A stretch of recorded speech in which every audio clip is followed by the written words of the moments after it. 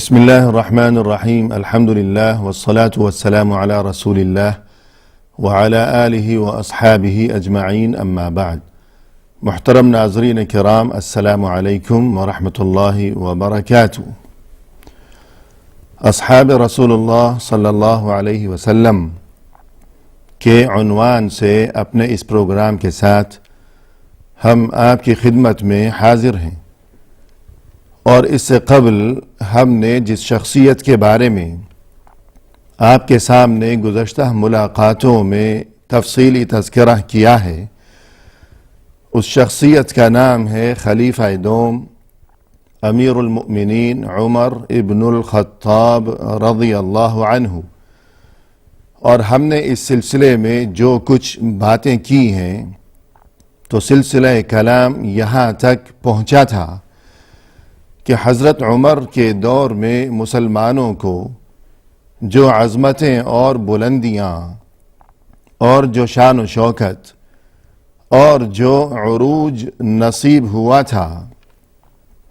اس کے بعد پھر آج تک کبھی مسلمانوں کو ایسا عروج نصیب نہیں ہو سکا۔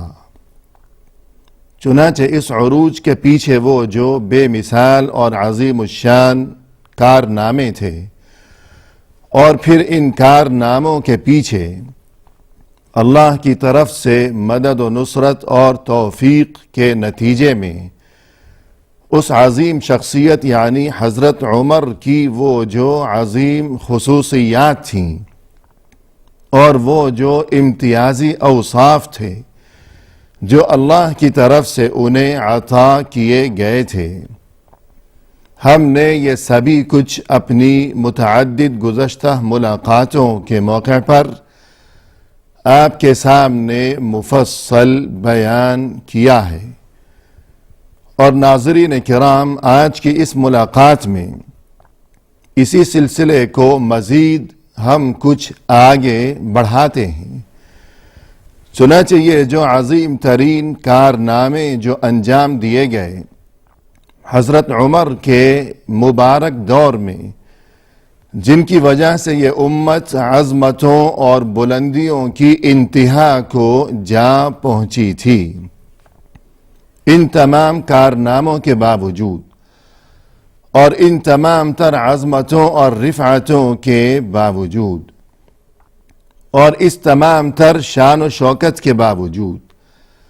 عمر ابن الخطاب رضی اللہ عنہ کی شخصیت کو ہم دیکھتے ہیں کہ زہد و تقوی اور سادگی کے معاملے میں ہمیں یہ حقیقت نظر آتی ہے کہ یہ چیزیں یعنی اللہ کا خوف اور یہ دنیا سے بیزاری اور سادگی، یہ چیز عمر ابن الخطاب کی شخصیت میں اور ان کے مزاج میں خوب کوٹ کوٹ کر بھری ہوئی تھی، اور کیفیت ہمیں یہ نظر آتی ہے کہ حضرت عمر سادگی کی یہ انتہا تھی کہ ہمیشہ سادہ اور خشک روٹی بس زیتون کے ساتھ کھا لیا کرتے تھے۔ کسی سالن کا یا کسی لذیذ اور پرتکلف قسم کے کھانے کا کوئی اہتمام نہیں تھا ان کے ہاں، بلکہ اس کے برعکس خشک روٹی ہے، سادہ روٹی ہے، اور زیتون کے ساتھ اس خشک روٹی کو وہ کھا لیا کرتے تھے۔ اور اسی طرح ناظرین کرام،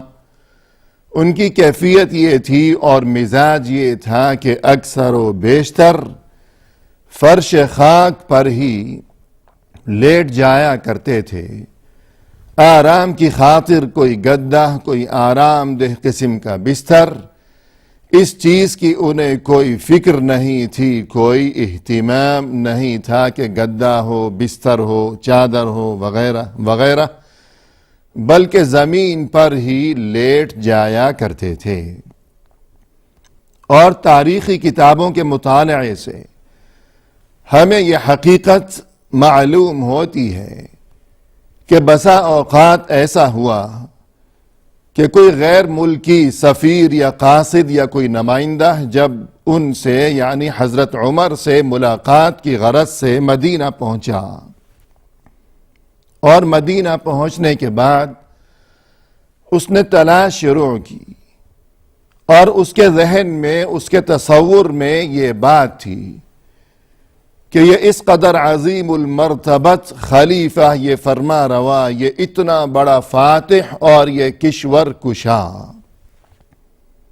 کہ جس نے دیکھتے ہی دیکھتے آنن فانن قیصر و کسریٰ کے غرور کو خاک میں ملا کر رکھ دیا، تو یہ اتنا بڑا فرما روا نہ جانے مدینہ میں اس کا کیسا عظیم الشان محل ہوگا، اور نہ جانے اس محل کے اندر کیا شان و شوکت ہوگی، اور کیسے کیسے نظارے ہوں گے، اور ہر طرف بس فوارے ہی فوارے چل رہے ہوں گے، اور خادموں اور غلاموں کی قطار در قطار ایک فوج ظفر موج ہوگی، جو کہ ہمہ وقت ہر لمحہ اور ہر آن سر جھکائے ہوئے اور ہاتھ باندھے ہوئے اشارے کی منتظر ہوگی۔ مگر تلاش بسیار کے باوجود مدینہ کے طول و عرض میں، مدینہ کے کسی کونے میں اس غیر ملکی قاصد کو جب کوئی ایسا محل نظر نہ آتا تو آخر وہ مجبوراً کسی سے دریافت کرتا کہ آخر تمہارے خلیفہ کا محل کہاں ہے، حویلی کہاں ہے، قصر کہاں ہے، کہاں ملاقات ہوگی، کہاں انہیں میں تلاش کروں۔ تو دریافت کرنے پر ناظرین کرام جواب یہ دیا جاتا کہ وہ دیکھو اس درخت کے نیچے جو شخص فرش خاک پر لیٹا ہوا ہے اور سر کے نیچے کسی تکیے کی بجائے اس نے پتھر رکھا ہوا ہے، بس یہی ہمارے خلیفہ ہیں۔ کوئی محل حویلی نہیں ہے، کوئی شان و شوکت نہیں ہے، بلکہ درخت کے نیچے سائے میں فرش خاک پر وہ شخص جو لیٹا ہوا ہے اور سر کے نیچے پتھر رکھا ہوا ہے، یہی وہ عظیم ترین اور وہ تاریخ ساز شخصیت ہیں کہ جن کا نام ہے عمر ابن الخطاب رضی اللہ عنہ۔ اور تب وہ غیر ملکی قاصد اور نمائندہ یہ عجیب و غریب منظر جب دیکھتا تو اسے اپنی آنکھوں پر یقین نہ آتا، اور تب وہ حیران و پریشان اور انگشت بدندان ہی رہ جاتا۔ اور ناظرین کرام، فتح بیت المقدس کا وہ اہم ترین اور تاریخی موقع جب فریقین کے درمیان یہ بات طے پائی کہ ایک معاہدہ تحریر کیا جائے، صلح کا معاہدہ، اور یہ کہ خلیفہ وقت یعنی عمر ابن الخطاب رضی اللہ عنہ خود اس معاہدے پر دستخط کریں گے۔ چنانچہ کبار صحابہ سے مشورے کے بعد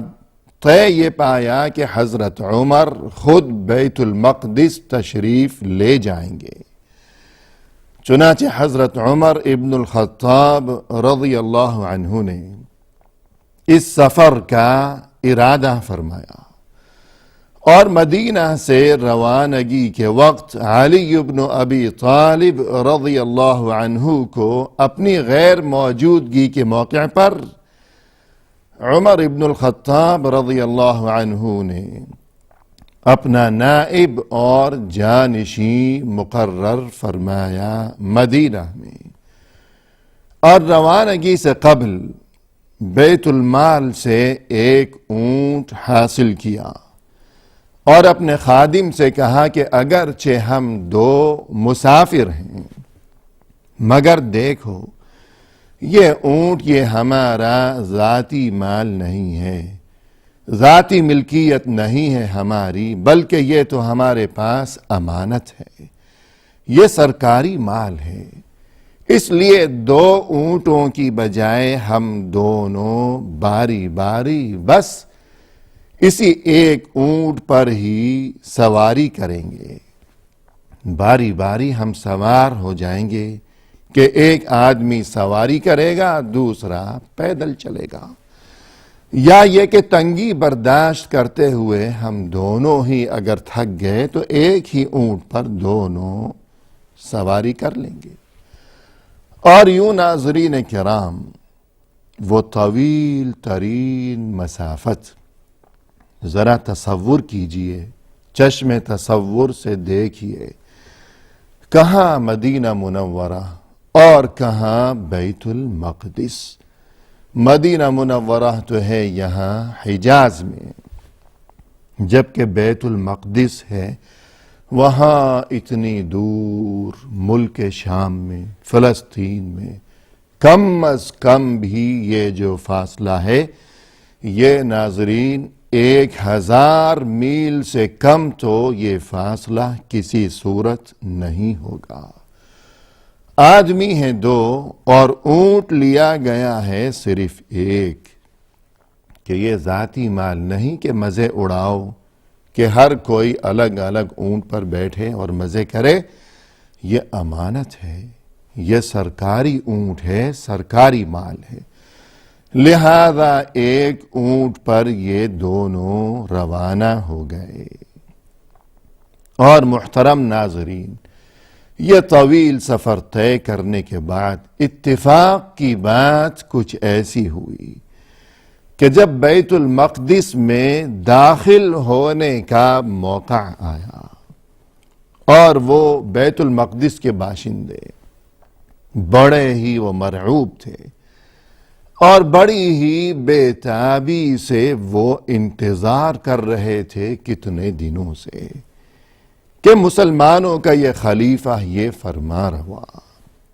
یہ اتنا بڑا فاتح اور کشور کشا جس نے ہمیں شکست دے ڈالی، کہ یہ سلطنت روم، یہ دنیا کی اتنی بڑی سپر پاور جس نے سلطنت روم کو شکست دے ڈالی اور بیت المقدس فتح کیا، نہ جانے اس کا کیا رعب ہوگا اور کیسا دبدبا ہوگا اور نہ جانے کیسی شان و شوکت ہوگی۔ یہ دیکھنے کے لیے وہاں کے باشندے سبھی امڑ آئے تھے شہر کی حدود پر کہ اپنی آنکھوں سے ذرا ایک جھلک تو دیکھیں۔ مگر ناظرین،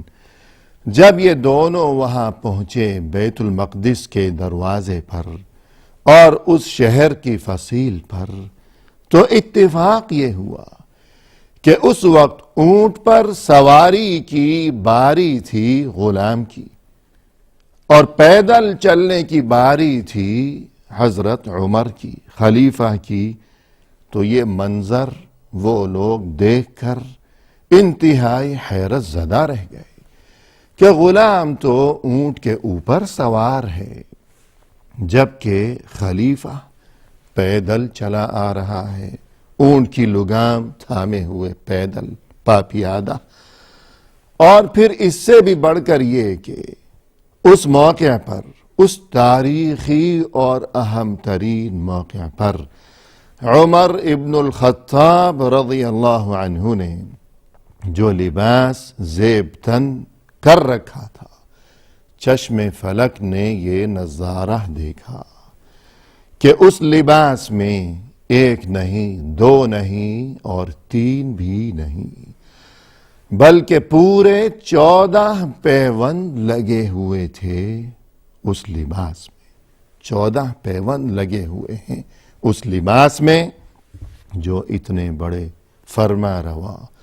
اور اتنے بڑے فاتح اور کشور کشا نے اس وقت زیب تن کر رکھا تھا، 14 پیوند لباس میں لگے ہوئے ہیں۔ اور جب کسی نے آگے بڑھ کر یہ مشورہ دیا کہ شہر میں داخل ہونے سے پہلے اے امیر المؤمنین، اپنا لباس تو آپ تبدیل کر لیجئے کہ اس میں اس قدر پیون لگے ہوئے نظر آ رہے ہیں جا بجا، تو عمر ابن الخطاب نے کیا یادگار جواب دیا، ہمیشہ تا قیامت گرہ سے باندھ کر رکھنے کے قابل ہے ان کا یہ جملہ۔ فرمایا نحن قوم اعزنا اللہ بالاسلام، یاد رکھو اس حقیقت کو کبھی نہ بھولنا کہ ہمیں یہ جو عزت نصیب ہے، یہ جتنی بھی عزت ہے، یہ اللہ نے ہمیں اسلام کی بدولت یہ عزت ہمیں عطا فرمائی ہے، اور بس جو کچھ نصیب ہے یہ اسلام کی بدولت ہے، لہذا اور کسی چیز کی فکر کرنے کی کوئی ضرورت نہیں ہے۔ لباس کیسا ہے، پیون لگے ہوئے ہیں یا نفیس ہے، سستا ہے، معمولی ہے یا بہت قیمتی ہے، ان باتوں کو بھول جاؤ، اسلام کی فکر کرو، سچے مسلمان بن جاؤ، بس اس چیز کی فکر کرنے کی ضرورت ہے، اس لیے کہ جو بھی عزت نصیب ہے وہ اسلام ہی کی وجہ سے ہے، نہ کہ عمدہ لباس کی وجہ سے یا کسی اور وجہ سے۔